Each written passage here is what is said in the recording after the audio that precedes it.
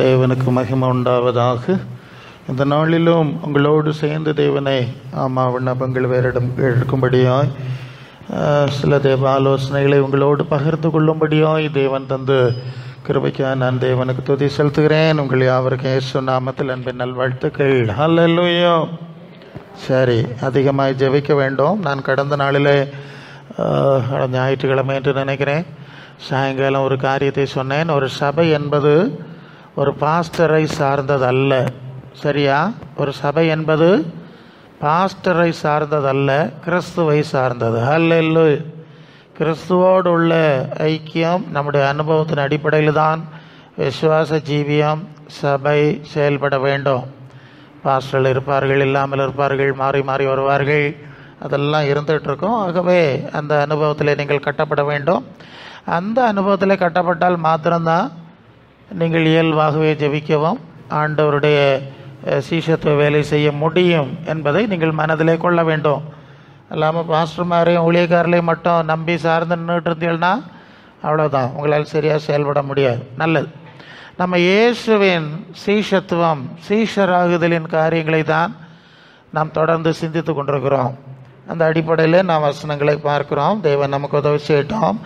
பிலிப்பியர் 2ஆம் அதிகாரம் 5-8 வரை உள்ள வசனத்தில் நம்ம ஒரு முக்கியமான விஷயத்தை நாம் வாசிக்கிறோம். எனக்கு காலையில் தேவன் அந்த பகுதியை தான் எனக்கு முன்னால் கொண்டு வந்தார். ஆகவே அந்த பகுதியில் போகிறோம். பிலிப்பியர் 2ஆம் அதிகாரம் 5 கிறிஸ்து இயேசுவுடைய சிந்தையே உங்களிலும் இருக்க வேண்டும். முதல் விஷயம், அந்த சிந்தை என்ன? அவர் தேவனுடைய ரூபமாக இருந்தார். தேவனுக்கு சமமாக இருப்பதை கொள்ளையாடின பொருளாக எண்ணாமல் தம்மை தாமே வெறுமையாக்கி அடிமையின் ரூபம் எடுத்து மனுஷ சாயலானார். அவர் மனுஷ ரூபமாய் காணப்பட்டு மரண பரியந்தம், அதாவது சிலுவையின் மரண பரியந்தம் கீழ்ப்படிந்தவர்களாகி தம்மை தாமே தாழ்த்தினார். கிறிஸ்து இயேசுவின் சிந்தையின் ஒரு முக்கிய பகுதியை நாம் இங்கே பார்க்கிறோம். இதிலிருந்து சில விஷயங்களை நாம் சிந்திக்க வேண்டும். முதலாவது, அவர் தேவனுக்கு சமமாக இருப்பதை கொள்ளையாடின பொருளாக எண்ணாமல் என்ற வார்த்தை அங்கே இருக்கிறது. இந்த வார்த்தையின் அடிப்படையில் பொதுவாக கிறிஸ்தவ பிரிவில் ஒரு நம்பிக்கை உண்டு. அது கத்தோலிக்க மரபின் அடிப்படையில் எப்படி சொல்வார்கள்? பிதா ஒரு சர்வேஸ்வரன், குமாரன் ஒரு சர்வேஸ்வரன், தூய ஆவி ஒரு சர்வேஸ்வரன், 3 சம சர்வேஸ்வரன், 3 இணைந்து ஒரே சர்வேஸ்வரன். இதுதான் அவங்க சொல்கிற விளக்கம். அதன் அடிப்படையில் தான் புரொட்டஸ்டன்ட் சபைகளும் பெந்தெகோஸ்தே சபைகளும் அந்த அடிப்படையில் தான் வந்தது. ஆனால் அந்த அடிப்படை தப்பு. ஏன் தப்புன்னா, ஒருவர் பிதா, இன்னொருத்தர் குமாரன், வார்த்தையே தப்பிடுச்சு. ஒருவர் அப்பா, ஒருத்தர் மகன். அப்போ ஒருத்தர் பெரியவர், ஒருத்தர் சின்னவர் என்பதை நாம் அங்கே அந்த வார்த்தையிலிருந்தே புரிந்து கொள்ள வேண்டும். ரெண்டாவது, இந்த இடத்துல இந்த சமமாக இருத்தல் என்ற வார்த்தையினுடைய பொருள் என்ன? ஏன்னா இப்படி நாம் சொல்லும்போது மறுபக்கத்தையும் நாம் சிந்திக்க வேண்டியது அவசியம். ஏசாயா 46:9 தேவனாகிய கர்த்தர் சொல்கிறார், எனக்கு சமமானவர் இல்லை, நான் ஒரே ஒருத்தர் தான் இருக்கிறேன், நான் சமமானவர் இல்லை. ஏசாயா 44:24 ஒருவராய் நான் வானங்களை விரித்து சகலத்தையும் சிருஷ்டித்திருக்கிறேன் என்பதாய் அந்த ஒருவருங்கிற வார்த்தை இருக்கிறது. 1 தீமோத்தேயு 6:16 ஒருவராய் சேரக்கூடாத ஒளியில் வாசம் பண்ணுகிறவர், ஒருவர் கண்டிராதவர், காணக்கூடாதவர் என்று பவுல் சொல்லுகிற அந்த பகுதியை நாம் வாசிக்கிறோம். லூக்கா 4ஆம் அதிகாரம் 5ஆம் வசனத்தில் பிதாவாகிய தேவன் ஒருவரே பணிந்து கொண்டு அவர் ஒருவருக்கே ஆராதனை செய்வாயாக என்று எழுதியிருக்கிறது என்று இயேசு சொல்லுகிற செய்தி இருக்கிறது. ஹல்லேலூயா. அப்போ 2 சமம் என்ற வார்த்தைக்கு இது முரண்பாடாக இருக்குது. அந்த வசனத்தை தெளிவாய் விளங்கி அந்த வசனத்தை எடுத்தேன். ஸோ இந்த பகுதியும் இடையில வருகிறது. ஒரு சின்ன விளக்கம் சொல்லிவிட்டு செல்ல வேண்டும். அப்போ ஒருவராக இருக்கிறார் இயேசு. என்ன கூட ஆராதிங்கன்னு சொல்லலை, அப்படிதான் அதுக்கு பொருள். ஏன்னா யோவான் 4:21 பிதாவை தொழுது கொள்ளும் காலம் வருகிறது என்று இயேசு சொன்ன அடுத்த அந்த வசனத்தை நாம் பார்க்கிறோம். சரி, அப்போ சமமானவர் என்பது என்ற அந்த வார்த்தையினுடைய பொருளை நாம் விளங்கி கொள்ள வேண்டும். யோவான் 14:28 இயேசு சொல்லுகிறார், என்னை அனுப்பின பிதா என்னிலும் பெரியவராக இருக்கிறார், என்னிலும் பெரியவராக இருக்கிறார். எல்லாம் வசனம்தான். ஓகே. மார்க் 13:32 24:36 நான் திரும்பி வருகிறதை பரலோகத்தில் இருக்கிற பிதா ஒருவரே அறிவார், எனக்கும் தெரியாது, குமாரனுக்கும் தெரியாதுன்னு சொல்லிட்டார். அப்போ பிதாவுக்கும் குமாரனுக்குள்ள ஒரு நுட்பமான வேறுபாடை இங்கே நாம் அடிப்படையில் புரிந்து கொள்கிறோம். இந்த வசனங்கள் முரண்படாமல் நாம் புரிந்து கொள்ள வேண்டும். நல்லது. ஆனால் இங்கே அப்போ சமமானவர் என்று குறிப்பிட்டிருக்கிறவருடைய பொருள் என்ன? அது அந்த பிலிப்பியர் 2:6 சொல்லுது, அவர் தேவனுடைய ரூபமாயிருப்பதை, இல்லையா? தேவனுடைய ரூபமாயிருந்தும் என்ற வார்த்தை இருக்கிறது. அப்போ தேவனுடைய ரூபம் என்று சொன்னால் தேவன் ஆவியாக இருக்கிறார். அது யோவான் 4:24 தேவன் தூய ஆவியாக இருக்கிறார். அப்போ தூய ஆவியாக இருக்கிற தேவன் இந்த குமாரனை பரலோகத்திலே ரூபமாய் படைத்தார் என்று சொல்லி வெளிப்படுத்தல் 3:14 படிக்கிறோம். வெளிப்படுத்தல் 3:14 இயேசு சொல்வார், சகல சிருஷ்டிக்கும் முந்தின பேருமான நான் சொல்லுகிறதாவது. அப்போ எல்லா சிருஷ்டிகளும் படைக்கப்படுவதற்கு முன்பு இவரை பரலோகத்தில் தேவதூதரோட மேலான நிலையில் அவரை ரூபமாய் படைத்தார். தேவன் அதர்சனமானவர், அவருக்கு ரூபம் கிடையாது, தூய ஆவியாக இருக்கிறார். அந்த ஆவியாக இருக்கிற தேவன் தனக்குள்ளிருந்து குமாரனாய் ரூபமாய் அவரை படைத்தார் என்ற செய்தி அங்கே பார்க்கிறோம். கொலோசியர் 1:15 அவர் அதரிசனமான தேவனுடைய தற்ஸ்வரூபம். தேவன் அதரிசனமானவர் ஆவியாக இருக்கிறார், அதன் வடிவமாய் இவர் அருகில் இருந்தார் என்பதை நாம் பார்க்கிறோம். எபிரேயர் 1:5 இன்று நான் உம்மை ஜனிப்பித்தேன், நான் அவருக்கு பிதாவாக இருப்பேன், அவர் எனக்கு குமாரனாக இருப்பார்னு சொல்லியிருக்கு. அடுத்தது 1:4 படிக்கும்போது அந்த தன்மை என்ன என்று சொன்னால், இவர் தேவதூதர்களை விட விசேஷித்த நாமத்தை சுதந்திரித்து கொண்டார் என்று அங்கே படிக்கிறோம். அப்போ என்ன புரிகிறோம்? ஆவியாக இருக்கிற பரிசுத்த ஆவியாக இருக்கிற தேவன் தன்னுடைய ரூபமாய் குமாரனை பரலோகத்தில் படைத்தார். என்ன அந்தஸ்தில் படைத்தார் என்று சொன்னால் தேவதூதரோட மேலான அந்தஸ்தில் படைத்தார். ஹல்லேலூயா. அப்போ தேவனை விட சின்ன அந்தஸ்து, அப்போ தான் குமாரன் அந்தஸ்து வரும். அடுத்தது தேவதூதர்களை விட மேலான அந்தஸ்தில் பரலோகத்திலே ரூபமாய் அவரை படைத்தார் என்ற காரியத்தை நாம் அங்கே விளங்கி கொள்ளுகிறோம். யோவான் 1:2 அதனால தான் அவர் ஆதியிலே தேவனோடு இருந்தார் என்று அந்த வார்த்தை வரும். தேவன் இருந்தார், ஆவியாக இருந்தார், அவரிடத்துல இவர் குமாரனாக இருந்தார் என்ற செய்தியை நாம் அங்கே புரிந்து கொள்ளுகிறோம். ஹல்லேலூயா. அப்போ இயேசு தேவனுக்கு சமம்னு போட்டிருக்க வார்த்தையை நீங்கள் புரிஞ்சுக்கிட்டீங்களா? அப்படி அப்புறம் தான் தேவன் தன்னுடைய சாயல் ரூபத்தில் மனுஷனை படைத்தார். ஆதாம் ஏவாளை அவரை கொண்டு படைத்தார், குமாரனை கொண்டு படைத்தார் என்று செய்தி செல்லுது. இவ புரிந்து கொள்ள வேண்டிய விஷயம், பரலோகத்தில் பிதாவாகிய தேவனுக்கு அடுத்த ஸ்தானத்தில் தூதர்களை விட மேலான நிலை, அதுதான் விஷயம். அல்ல, தூதர்களை விட தேவதூதரோட மேலான நிலையில் அவர் அங்கே பரலோகத்தில் இருந்தார். அந்த நிலையிலிருந்து அவரை தேவன் இந்த உலகத்துக்கு கொண்டு வந்தார், அவர் சம்மதித்தார். ஹல்லேலூயா என்று என்னை குறித்த புஸ்தக சுருளில் எழுதியிருக்கிறதே, உம்முடைய சித்தத்தின்படி செய்ய இதோ வருகிறேன் என்று அவர் சொன்னார் என்று சொல்லி எபிரேயரில் வேறு வசனம் இருக்கிறது. குமாரன் இந்த மேலான நிலையிலிருந்து கீழான நிலைமைக்கு, அதை பிலிப்பியர் 2:7 நாம் வாசிக்கும்போது தன்னைத்தாமே வறுமை ஆக்கினார். எனக்கு அந்த வார்த்தை தான் முன்னாலே நின்றது. வறுமை என்று சொன்னால் ஒரு காலி பாத்திரம், ஒரு பாத்திரத்தில் ஒன்றும் இல்லை. ஆனால் இவருடைய நிலைமை என்னன்னு கேட்டால், அவர் தேவதூதருடைய மேலான நிலையில் தேவனுடைய பக்கத்தில் அவரை கொண்டு தான் மற்றவர்களை சிருஷ்டித்தார் என்ற வசனங்கள் இருக்கிறது. சரி, அந்த நிலையில் இருந்தவர் அவர் தனக்கு இருந்த எல்லா மேன்மைகளையும் விட்டார், துறந்தார். அதை விட்டு மகா கீழான ஒரு நிலைமைக்கு வறுமையாக்கி வந்தார். அல்ல, இப்போ ஐடியா கிடைச்சதா? நாம் குருவாய், தலைவராய், மேய்ப்பராய், போதகராய் பின்பற்ற வேண்டிய நம்முடைய ஆண்டவர் எந்த நிலையில இருந்து என்ன நிலையில வந்து வாழ்ந்தார் என்பதை கொஞ்சம் நாம் சிந்தித்து கொள்ள வேண்டியது அவசியம். அப்போ தானே நாம் அவருக்கு சீசர்லாம் வர்றது எப்படிங்கிறதை நாம் புரிந்து கொள்ள முடியும் இல்லையா? அதுக்காக வேண்டி இந்த பகுதியை நாம் பார்க்குறோம். சகலத்தையும் திறந்து அவர் தம்மை வறுமையாக்கினார். எபிரேயர் 2:9 தேவ தூதரை விட சற்று சிறியவராக்கப்பட்டிருந்த இயேசு மரணத்தினாலே சிலுவை பலியை ஏற்றுக்கொண்டார் என்ற செய்தி அங்கே இருக்கிறது. ஏன்னா மனிதனை படைக்கும்போது நீங்கள் சங்கீதம் 8:5 மனுஷனை தேவதூதரிலும் சற்று சிறியவனாக்கினீர், மகிமையினாலும் கனத்தினாலும் அவனை முடிசூட்டினீர் என்று வாசிக்கிறோம். அப்போ மனுஷன் தேவதூதர்களை விட சிறியவனாக்கப்பட்ட நிலையில் இருந்து கொண்டு இருக்கிறோம், நாம் இருக்கிறோம். அதுலேயும் கீழே வந்துட்டோம். முதலாவது படைக்கப்பட்ட போது தான் அப்படி இருந்தோம், இப்போ அதை விட தாழ்ந்த நிலைக்கு, சாப நிலைக்கு வந்துட்டோம். ஏன்னா தேவதூதர்களுக்கு சாவாமல் கிடையாது. அப்போ படைக்கப்பட்ட போது நமக்கு சாவு கிடையாது. தேவதூதர்கள் ஒளிமயமாக இருக்கிறாங்க, நாமளும் அப்படி தான் இருந்தோம், ஆதாம் ஏவாள் இருந்தாங்க. ஓகே, அப்புறம் அதிலிருந்து கீழே இறங்கி சாவு வந்துட்டது, மகிமை போச்சது, சாபம் வந்துட்டது, கீழ்நிலைக்கு இப்போ வந்திருக்கிறோம். சரி, எப்படியும் தேவதூதர்களை விட மேலாக இருந்த இயேசுவை தேவதூதர்களை விட கீழான நிலைமைக்கு தேவன் அவரை கொண்டு வந்தார். அவர் தம்மை வறுமையாக்கி தன்னை தாழ்த்தி அந்த நிலைமைக்கு வர ஒப்பு கொண்டார். இல்லையா, பதிய வேண்டிய விஷயம் இதுதான். இயேசு எந்த அளவு தனக்கு இருந்த எல்லாவற்றையும் விட்டு வறுமையாகி, அன்றைக்கி பிலிப்பியர் 2:8 அடிமையின் ரூபம் எடுத்து மனுஷ சாயலானார். இனிப்போ தேவதூர்களோட கீழான நிலைமைக்கு வந்தாச்சு, மனுஷன் நிலைமைக்கு வந்தாச்சு. அப்போ ஒரு மன்னருடைய அரண்மனையில் அவர் பிறந்திருக்கலாமே, என்ன அவர் பிறக்கல. இல்லையா, அங்கே சத்திரத்தில் தான் அவர் அந்த கழுதை குதிரை எல்லாம் கட்டுற தொழுவோம், அங்கே தான் அவர் பிறக்க வேண்டியதாயிற்று. முன்னணையிலே கிடத்தி இருக்க காண்பீர்கள். முன்னணைன்னா அந்த ஆடு மாடுகளுக்கு ஆகாரம் போடுற அந்த ஒரு பெட்டி மாதிரி ஒன்று இருக்கும். அப்போ இயேசுவன் பிறப்பு அடிமைன்னு சொன்னால், நம்ம இப்போ சந்தையில் ஆடு மாடு விற்கிறது மாதிரி அந்த காலத்தில் மனுஷரை விற்பாங்க, வாங்குவாங்க, வேலைக்கு வீட்டு வேலைக்குன்னு வாங்கிட்டு போவாங்க. இப்படியெல்லாம் தான் நடந்துட்டு இருந்தது. இந்த அடிமைகளுக்கு சுயாதீனம் கிடையாது. அவங்க குடியிருப்பு அந்த ஆடு மாடு மேய்க்கிய பகுதிகளில் தான் இருக்கும். ஒரு பிள்ளை பிறந்தாலும் அங்கே தான் பிறக்கணும், வளரணும். அந்த ஓனர் இல்லைன்னா எஜமானுடைய வீடு வேறு இடத்துல இருக்கும். அதான் அந்த அடிமை எஜமான் என்கிற கான்செப்டை நம்ம பழையற்பாட்டில் நிறைய பார்க்க முடியும்.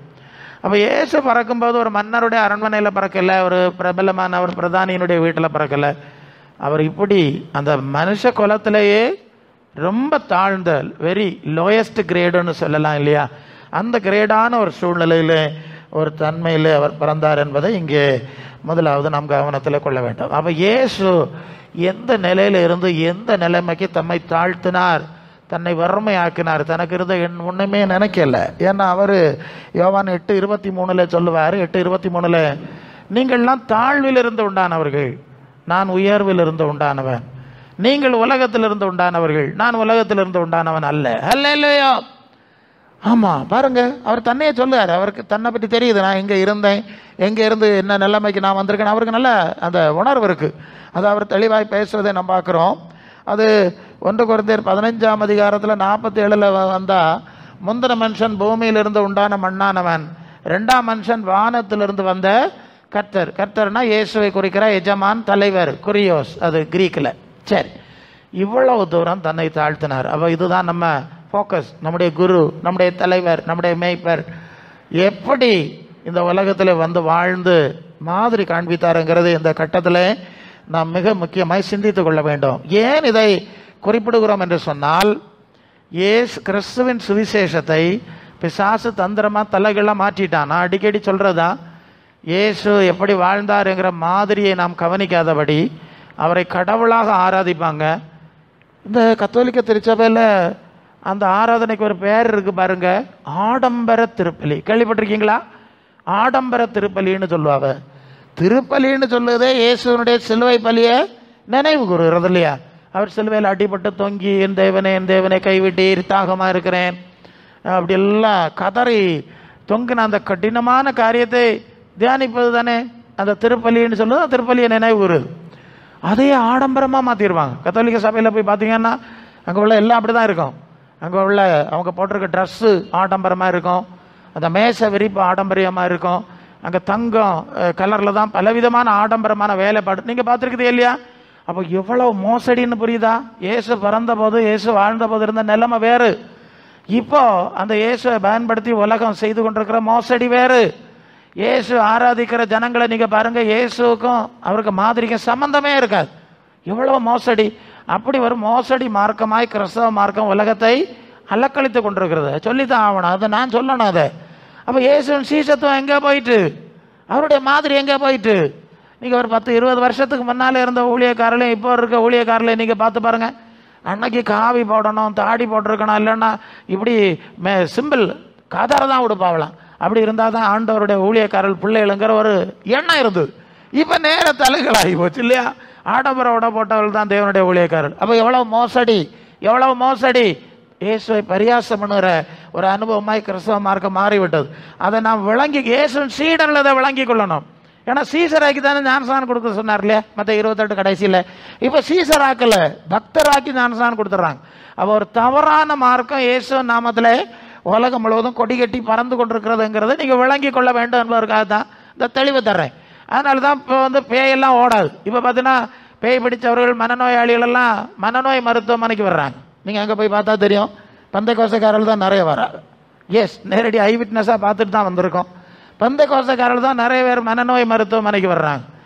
மனசுக்குள்ளே ஆச்சரியப்பட்டோம். ஒரு காலத்தில் மனநோய் இப்போ சாசு பிடிச்சது பேய் பிடிச்சது எல்லாத்தையும் அந்த ஜோப்பரைக்கு கொண்டு போங்கன்னு அங்கே தானே கொண்டு போனாவே. அங்கே கொண்டு போய் அங்கே சுகமாயி அவர்கள் ஊழியர் இன்னையும் ஆமாம் சிலர் இருக்கிறார்கள், பலர் கடந்து போனார்கள். அப்படி ஒரு காலம் இருந்துங்க.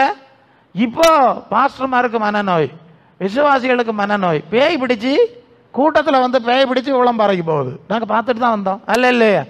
எஸ், மறைக்க முடியாது, நடந்துகிட்டு இருக்குங்க. வெளியே ஆடம்பரமான தோற்றம், வீட்டுக்குள்ளே கட்டி போட்டிருக்கு, சிலதை ரூமில் அடைச்சி போட்டிருக்கு, எல்லாம் நாங்கள் பார்த்தோம். ஸோ இப்படி மோசடி. இதுக்கு என்ன காரணம்னு சொன்னால், இயேசுவின் பெயரை பயன்படுத்தி அசுத்தாவி வந்து இறங்கிடுது. இதை பல சாது ஐயா எனக்கு முதல்ல சொன்னாங்க, இப்போ சாசம் அந்நிய பாஷை பேச பார்த்துக்க. இப்போ அதனுடைய கருத்தை நான் தொடர்ந்து பார்த்து கொண்டிருக்கிறேன். அது வருது, கையை காலை உதறது, ஏதோ குறி சொல்லு மாதிரி இருக்குது.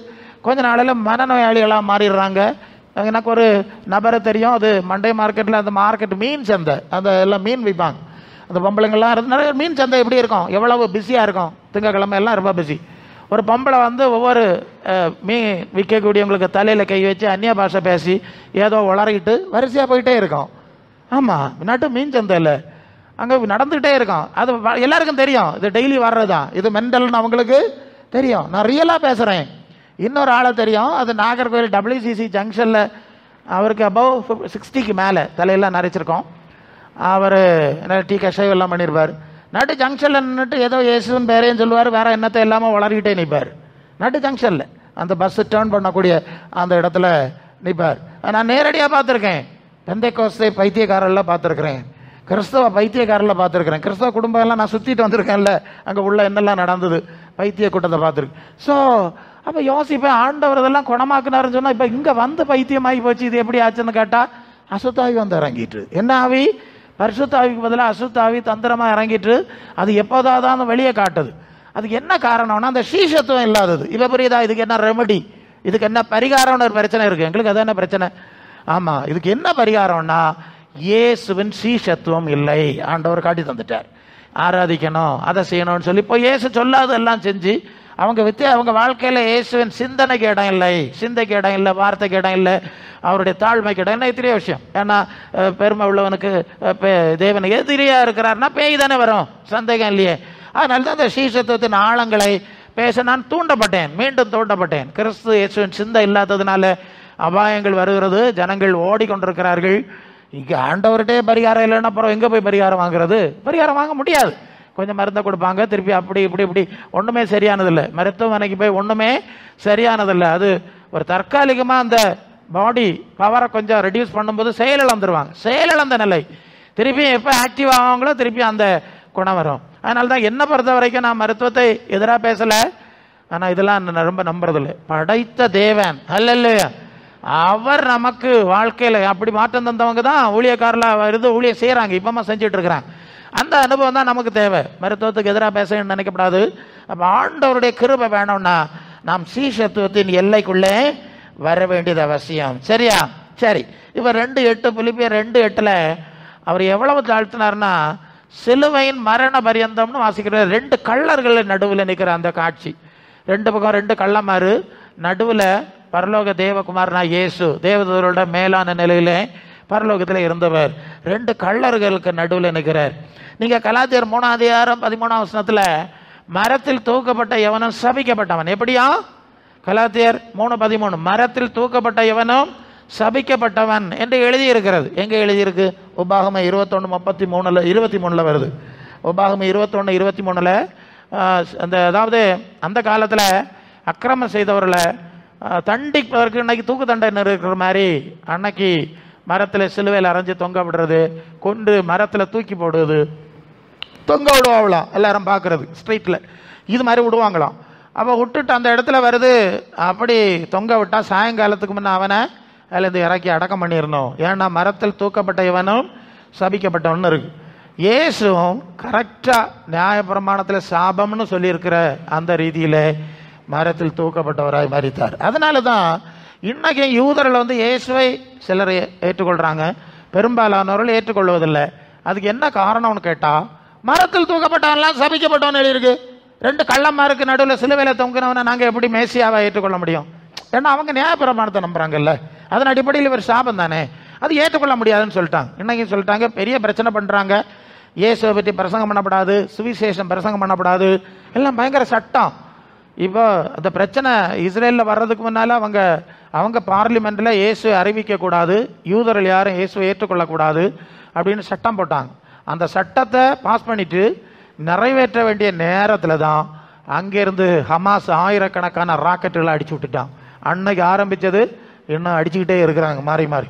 இன்னைக்கு அது ஒரு பொல்லாத ஜாதியாக தான் இருக்குது. ஆனால் பிரசங்கிமாரெலாம் கர்த்தர் இஸ்ரவேலுக்கு ஆதரவாக இருக்கிறாருன்னு கிறுக்குத்தனமாக புலம்பிட்டு இருக்கிறாங்க. ஏசுநாதரே கொன்னாங்களாம், அவர் தான் இடிச்சு போட்டாராம் தேவாலயத்தை. இதுக்கு எதுக்கு இவங்க இப்படி ஆடுறாங்கன்னு நமக்கு தெரில. சரி, அது இது எல்லாமே ஒரே கூட்டம் தான், ரெண்டும் ஒரே ஆவி கூட்டம் தான், அசுத்தாவி கூட்டம் தானே, அப்படி தான் சொல்ல வேண்டியிருக்கு. வேற இயேசு கொலை செஞ்சாச்சு, இயேசு ஏற்றுக்கொள்ளப்படாதுன்னு சொல்கிறான், அவனுக்கு எதுக்கு சப்போர்ட் பண்ணுறாங்கன்னு நமக்கு தெரில.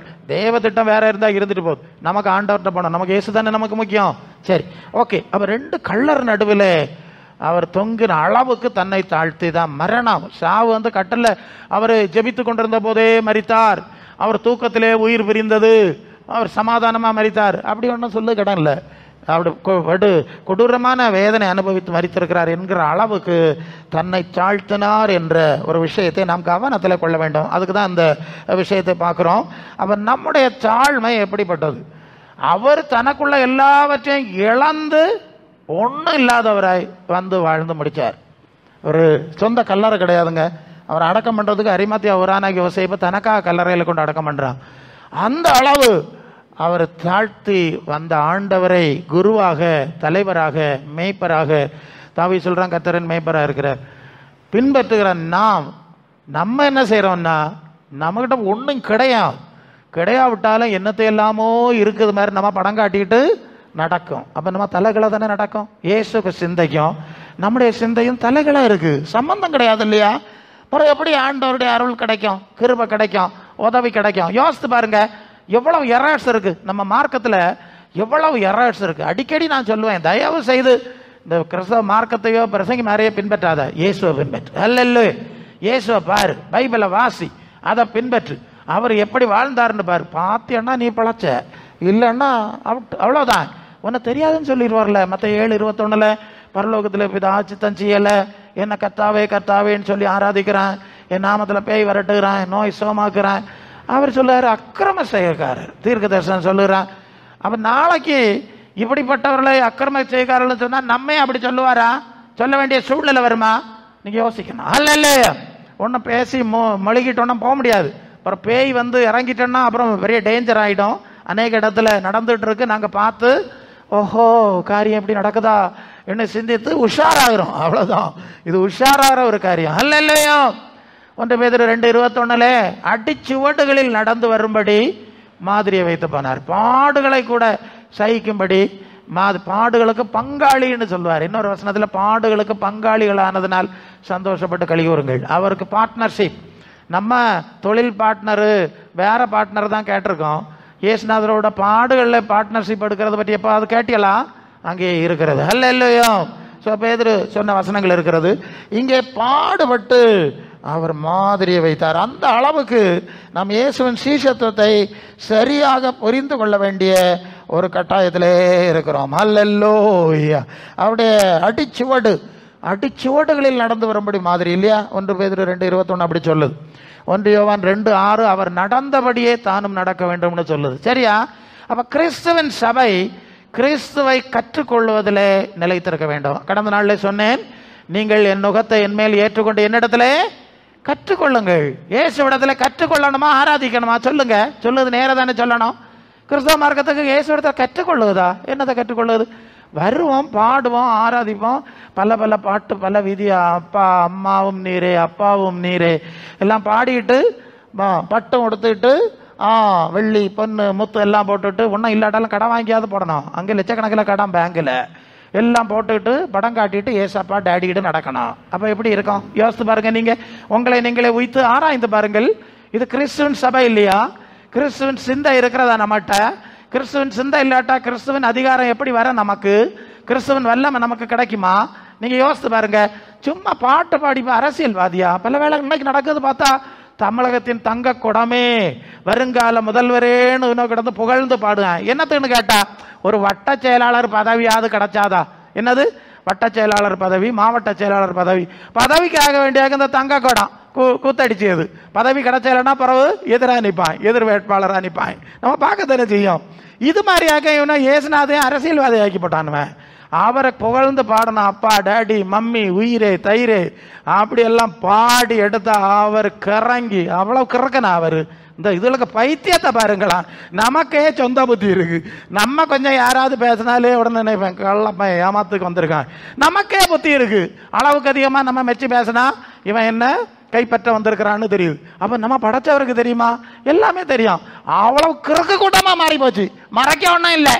இப்படியே போய் போய் எல்லாத்தையும் இழந்து பிறகு ஒன்றும் இல்லை. கடைசியில் இக்க போத்து மகிமை இஸ்ரவேலை விட்டு விலகி போட்டுடுச்சு. அந்த மாதிரி உள்ள லெவலுக்கு சபை போயிட்டு இருக்கு. நம்ம அப்படி போக முடியாது இல்லையா? அல்ல இல்லையா? நமக்கு புத்தி இல்லையா என்ன? நாம நல்லா சிந்திக்கணும்.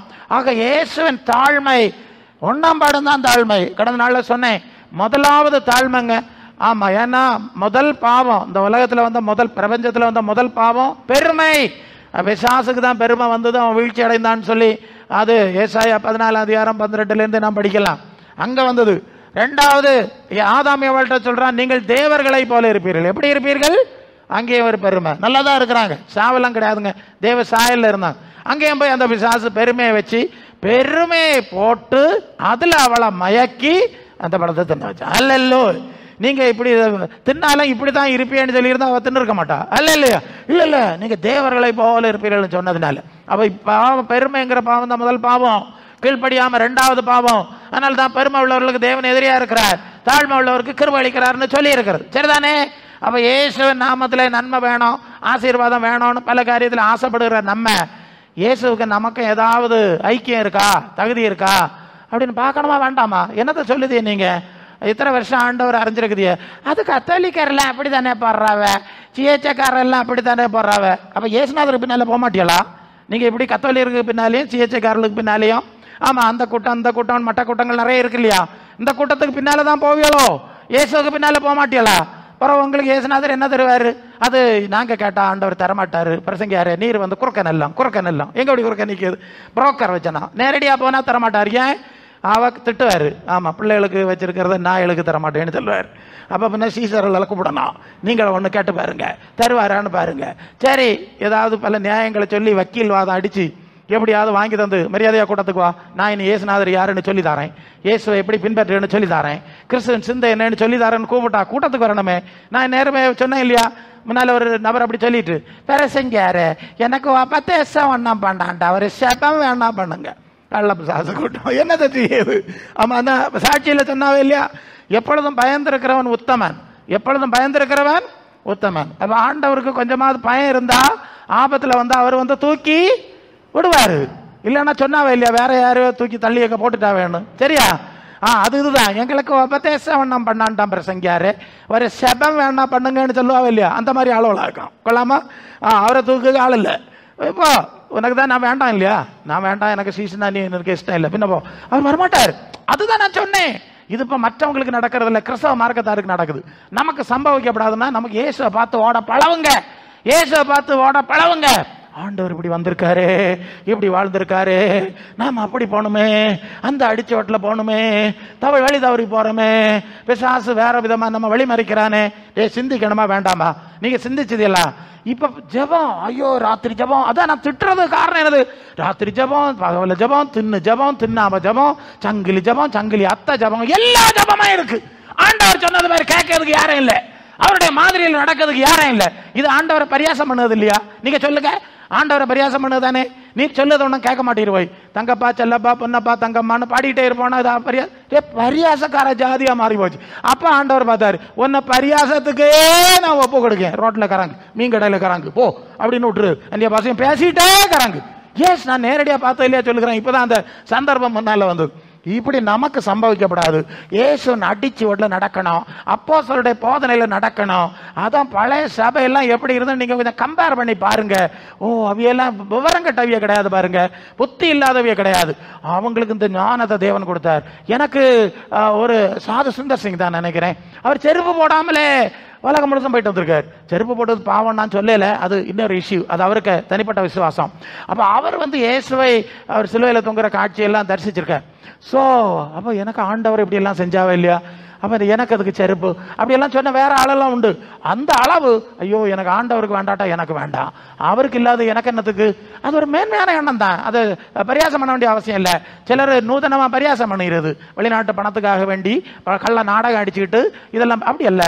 அவர்கள் இயேசுவை உணர்ந்தார்கள். அப்போ எனக்கு இது வேண்டாம், ஆண்டவர் இப்படின்னா அவருடைய வழியில நான் நடக்கிறேன், அதில் ஒன்றும் தவறில்லையே, மேன்மையாக இருந்ததே, வல்லமையான காரியங்கள் நடந்ததே, அல்லையோ வல்லமையான காரியங்கள் நடந்தது இல்லையா. அவங்க போறதெல்லாம் பே போச்சுது, நோய் சகமாச்சு. சாது சுந்தர் சிங் ஒரு இடத்துல தெருவில் போயிட்டு இருக்கிறார், தெருவில் போயிட்டு செருப்பு போடல, காவி தான் அணிஞ்சிருப்பார், இது தாடி வச்சிருப்பார், அப்படி போறார், தெருவில் போறார். அங்கே ஒரு உயர ஒரு வீட்டில் ஒரு மாடியில் ஒரு இடத்துல ஒரு ரூமில் ஒரு பொம்பளை அடைச்சி போட்டிருக்கு. அதை அடைச்சி போட்டிருக்கிறதுனால இந்த ஜன்னலை திறந்து அந்த ரோட்டை பார்த்துக்கிட்டே இருந்திருக்கு. இவர் ரோட்லோடு எவ்வளோ தூரம் மேலேருந்து பார்த்தா இது எவ்வளோ டிஸ்டன்ஸ், ஆனால் அது பார்த்து தான் அங்கே இருந்து அலறி சத்தம் போட்டுதான், அதோ இயேசு போறாரு, அதோ இயேசு போறார் அப்படின்னு அலறிச்சுதான். அலறி கொஞ்ச நேரத்தில் உடனே டக்குன்னு அவளுக்கு சுகமாயிட்டுது, எல்லாம் கலத்தி எல்லாம் சரியாயிட்டு. அவளுக்கு சாசுபடி அடைச்சி போட்டிருந்தா கதவை திறந்து விட்டாச்சு.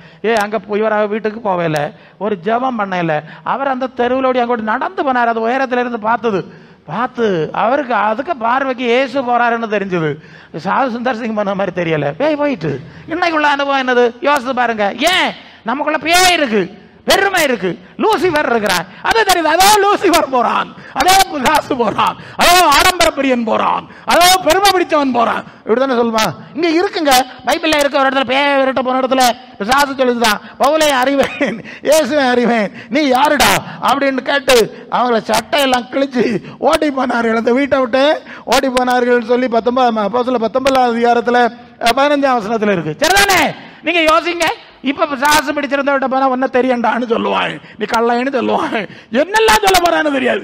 அதனால பிரசங்க வேற உளம்பறை கொண்டு போங்க, இல்லைன்னா கீழ்பாக்கத்துக்கு கொண்டு போங்க, தமிழ்நாடு கீழ்பாக்கம், கேரளாவில் உளம்பாரு அப்படின்னு விட்டுட்டு பாஸ்டர்மார் ஒதுங்கிடுவாங்க. இல்லைன்னா அங்கி கீறி போயிடும். என்ன செய்யும்? அங்கி கீறி போயிடும். அவங்களுக்கு நல்லா தெரியுது இதுக்கு முன்னே நிற்க முடியாது. என்னப்பா இயேசுன்னு முழங்குறாய், பயங்கர முழங்குறாய், கையை காலை உதறாய், இந்த பேய வரட்டு ஜோம் பண்ணா பிரசங்க நானே கேட்டிருக்கு. அன்புக்குரியவர்களே, அப்ப கிறிஸ்துவுக்குரிய சிந்தை, கிறிஸ்துவுக்குரிய சாயல், கிறிஸ்துவின் தன்மை நமக்குள்ள இல்லாததுனால இது நடக்குது. என்ன சொல்றீங்க நீங்க? என்ன சொல்றீங்க? அப்ப என்னைக்கு வரும் இந்த சிந்தை? என்னைக்கு உங்களுக்கு வரும்? உங்களுக்கு வயசாச்சு, ஒவ்வொருத்தருக்கும் ஒரு வயசு. ஆமா, எல்லாரும் தாத்தாக்களும் பாட்டிகளும் தான் பெரும்பாலும் இருக்குதிய. என்னைக்கு வரப்போகுது இந்த கிறிஸ்துவன் சிந்தை? அது வேண்டாம். அது எங்களுக்கு சிஎஸ்ஐ சர்ச்சில் என்ன செய்வா வேணா, அடக்க ஆராதனையில சிலுவை ஆராதிக்கிற கள்ளமரம் கள்ளிகளும் மட்டும்தான் பரலோகத்துக்கு போவா, வேற ஒரு தினம் பரலோகத்துக்கு போக மாட்டாவேன்னு சொல்லி ஒரு புதிய நாடகத்தை நடத்தி விட்டுருது. கொள்ளாம நம்ம மார்க்கத்துக்கு லட்சணத்தை சொல்லுவேன்.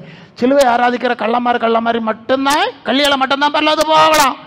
அந்த அளவு ஒரு கறக்க கூட்டத்தை உருவாக்கிட்டாங்க. ஆண்டவர்கிட்ட வந்தாங்கப்பா, பாவ மன்னிப்பு கொடுத்தாருப்பா, அது ஒன்னாம் பாடம். இனி நம்ம ஆண்டவருக்கு அடிச்சோட்டில் நடக்க வேண்டாமா? மாதிரியில் நடக்க வேண்டாமா? கிறிஸ்தவன் சிந்தையில நடக்க வேண்டாமா? என்ன சொல்லுங்க நீங்க? இப்படியே கொண்டு போகணுமா? சொன்னாரு, ஜபரத்தை நடத்துங்க, கூட்டத்தை நடத்துங்க. ஆண்டவர் நமக்குள்ள இருந்தா இல்லையா நடத்துது, அது இல்லையா விஷயம். நமக்கு கிறிஸ்துவன் சிந்தை வேணாம் இல்லையா? சீசத்துவ அனுபவம் வேணாம் இல்லையா? பரிசுத்தாவியினுடைய வல்லமை, இந்த பரிசுத்தாவியினுடைய அந்த வல்லமை, அந்த காரியம் இருந்தா சும்மா இருக்க முடியாது. அல்ல, நான் எனக்குள்ள நடந்தது என்ன சொல்லுவேன். எப்ப பார்த்தாலும் யாரை கண்டாலும் பைக்கில் ஒரு ஏறினாலும் இறக்குது வரைக்கும் சுவிசேஷம், பஸ்ல ஏறினாலும் அது கொண்டு இறக்குது வரைக்கும் சுவிசேஷம் பேசிக்கிட்டே இருப்பேன். சொல்லுவாவ, நானே சொல்லிடுவேன். நான் கொஞ்சம் வாயாடிதான், என்னது கொஞ்சம் அதிக பிரசங்க நினைச்சாலும் நினைச்சிட்டு போங்க, எனக்கு வந்துகிட்டே இருக்கு, நான் பேசிட்டு இருக்கேன். அப்ப அந்த பரிசுத்தாவியினுடைய அனுபவம் இருந்தாதான் நமக்கு இதெல்லாம் செய்ய முடியும்.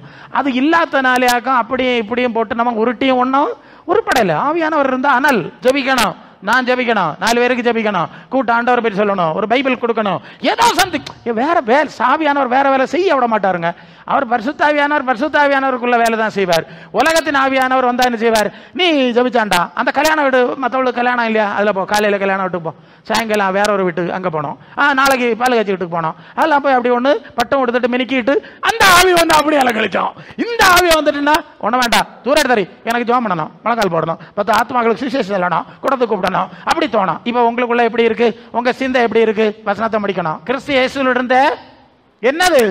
கிறிஸ்து இயேசுனுடைய சிந்தை அது பிரசங்கியாரு உமக்குள்ள இருந்தா பாரு, உமக்குள்ள மட்டும் இருக்கட்டு. ஓ அப்படியா? நீர் வச்சுக்கணும், நீர் பேசி பேசி நீரே வச்சுக்கணும், நாங்க இப்படியே இருப்போம். அப்படியா உங்க யோசனை? அப்படியா? அப்ப பேயும் வந்தா அப்படியே இருப்பாய், நான் போக மாட்டேன், போடா நீ ஜோம் பண்ணல பிரசங்கி, நீ எத்தனை எங்களுக்கு பிரச்சனை அது. ஜோம் பண்ணு போனல போட்டு ராத்திரி நடுராத்திரி போட்டு வேலையில இருந்து எடுத்துருவேன்னு சொல்லுகிறான். எனக்கு மேலதிகாரிய மாத்து போன்ல ஆளோ சொல்லுது, எனக்கு மேலதிகாரி என்ன மிரட்டுகிறான், உடனே எனக்கு மேனேஜரை மாத்தும்படி ஜோம் பண்ணுங்க பாஸ். பாட்டாத பாடு அவர் சொல்லாரு, கேட்டு விக்ரம் ஆண்டவர் சொல்ல செய்யத்தான் செய்யறாரு, அதுக்காக வேண்டிக்குதான் என்ன கடவுளாக்குன படுவ பாட சொல்றேன். அப்ப நீ என்னைக்கு குணப்படுவா, நீ என்னைக்கு தேவஜித்தம் செய்வா, நீ என்னைக்கு கிறிஸ்தவ சிந்தையில வருவா, உனக்காக எனக்கு பிள்ளையாகும். அது சொன்னாங்கல்ல, சாட்சியில சொன்னாங்கல்ல, யாரும் வரல, யாரும் இல்ல, ஆண்டவர் வந்து விடுவிச்சுட்டு போறாருல. அப்ப அந்த சிந்தை இருந்தாதான் இது ஆண்டவர் நமக்கு செய்ய முடியும். நல்லா படிச்சுக்க. கிறிஸ்து இயேசுவுடைய சிந்தை, சீசத்துவத்தை நாம சீசராக்குதல் ஊழியமாக நடத்திட்டு இருக்க, பக்தராக்கி படம் காட்டி உலகத்தை ஏமாத்து நடந்துட்டு இருக்கு. இப்ப இந்த வேலை வேணும்னு ஆண்டவர் சொல்றார். நான் அதை சொல்லியிருக்கேன், பாசட்டே சொன்னேன், இந்த வேலை இப்ப நடக்கணும்னு ஆண்டவர். ஏன்னா ஏசு அதை இதுன்னு அறிவிச்சுட்டு படம் காட்டுறவன் நிறைய செய்யறான், இதை தான் ஒரு தினம் செய்ய மாட்டேங்கிறான். பெரிய உபதேச புலின்னு சொல்றவனும் கொஞ்சம் கொஞ்சமா இதை விட்டுட்டு படம் காட்ட இறங்கிடுறான். அதனால நீங்க இதை செய்யுங்கன்னு எனக்கு சொன்னார். ஓகே, எனக்கு சொன்னனால பிடிவாதமா இருக்கிறேன். ஆகவே எனக்கு அன்பான தேவ பிள்ளைகளே, கிறிஸ்து இயேசுடைய சிந்தை நம்மிடத்தில் இருக்க வேண்டும் என்று பிலிப்பிய சபைக்கு சொன்ன நமக்கு சொல்ல மாட்டாரா? யோவான் 13:15 நான் செய்தது போல நீங்கள் செய்யும்படி உங்களுக்கு மாதிரியை வச்சு போனேன்னு சொன்னவர் ஒரு நாள் கேட்க மாட்டாரா? நான் உங்களுக்கு மாதிரியை வச்சு போனேனே, நீங்க என்ன செய்கிறீர்கள்? ஜஜித்து உனக்கு புரியுதா? இயேசுநாதர் எப்படி வாழ்ந்தாருன்னு தெரியுதுல்ல? அந்த தாழ்மை வரட்டு, தாழ்மை சிந்தை வரட்டு, பெருமைக்கு இடம் கொடுத்துறாத. கர்த்தர் இந்த வார்த்தைகள்னால் உங்களை யாரையும் ஆசீர்வதிப்பாராக.